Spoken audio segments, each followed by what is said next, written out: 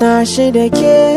zuciyar ke zanwa bai takana farar aniya suna gimbiya Allahu ya san manufana iya yanayin da na dama da shirayya zan na manta baiwar Allah hasken fitila mai haske cikin bakin gidana na rayu da ke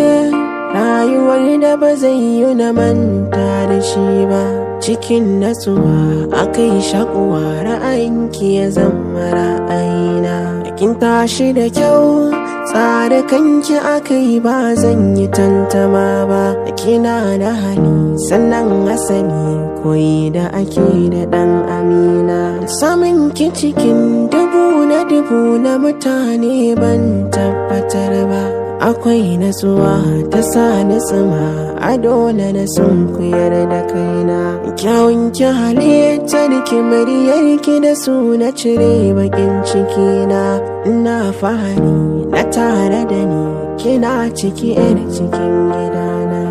miraɗiya mai daban alkairi zuciyar ki babu cuta kina da aji su ma da gaji sun san an tashi duk amona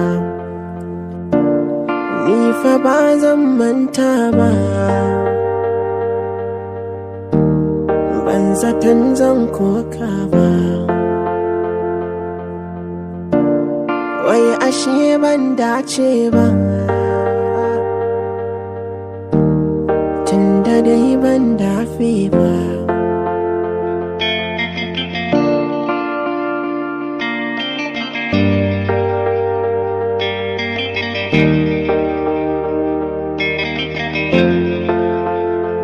da mai shaye hawayenki in sun ka zuba